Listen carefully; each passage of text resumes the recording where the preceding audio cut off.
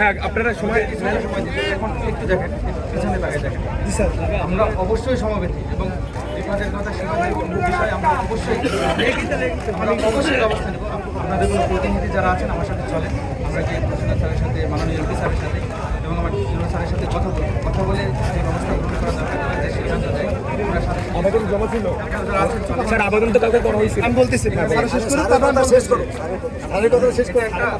আমরা অবহিত করতে পারবো, এবং সেই বিষয়ে তাদের পরবর্তী পদক্ষেপ হইল আমাদের এখানে এসিলেন্ট স্যার আসছেন। আজকে আমাদের ইউনো স্যার ছিলেন না, এমপি মহোদয় এলাকায় নাই। যেহেতু জনসাধারণের দুর্ভোগ হচ্ছে, এসিলেন্ট স্যারের আশ্বাসে আমরা তাদের 48 ঘন্টার আলটিমেটাম দিয়েছি।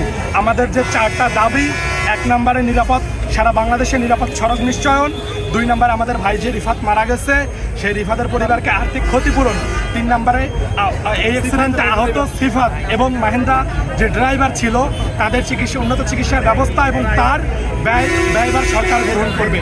আমাদের 4 নম্বর দাবি ছিল যে বাকেরগঞ্জে একটা ফুটওভার ব্রিজ নির্মাণ। এই 4টা দাবি আমাদের এসিলেন্ট স্যার আশ্বাস দিচ্ছেন যে তারা পূরণ করবেন এবং তারা আমাদের কাছে সময় চাইছেন। তার এই সময় চাওয়ার পরিপ্রেক্ষিতে আমরা তাদের 48 ঘন্টার আলটিমেটাম দিয়েছি। এই 48 ঘন্টার আলটিমেটামে তারা যদি আমাদের কোনো দাবিগুলো মেনে না নিয়ে কোনো কার্যকর পদক্ষেপ না নেয়, আমরা 48 ঘন্টা পরে আমরণ অনশনের ঘোষণা দিলাম। আমি আজকে যে 4টি দাবি এর আগে রেখেছে, দাবিগুলির ভিতরে আপনারা বাস্তবায়ন করবেন।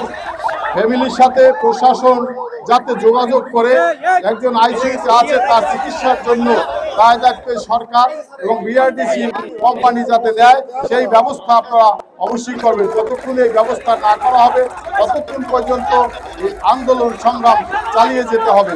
তাই আমরা আপনাদের কাছে অনুরোধ করি, প্রশাসনের কাছে অতি সত্যই তাড়াতাড়ি এই ব্যবস্থাগুলো করুন।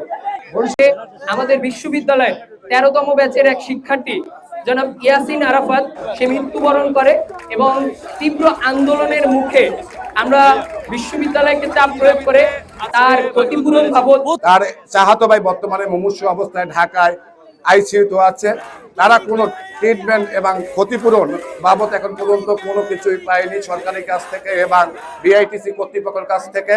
আমরা শুনতে পেরেছি যে ইউনিভার্সিটির যে ছাত্র নিহত হয়েছে তাকে নাকি 25 লক্ষ টাকা দেওয়া হয়েছে। যে একই দুর্ঘটনায় 2 জন নিহত হয়েছে, এই জায়গায় একটা বৈষম্যের ব্যাপার দেখা দিয়েছে। আমরা কোনো বৈষম্য চাই না। এই জাতি বৈষম্য বিরোধী আন্দোলনে করে যে দেশকে 5ই আগস্ট গণতন্ত্র পুনরুদ্ধার করেছে, সেই বৈষম্য আমরা কখনো দেখতে চাই না। আর একটি কথা বলতে চাই যে আপনারা দেখেছেন এই 1 সপ্তাহের ভিতরে অনেকগুলো দুর্ঘটনা হয়েছে।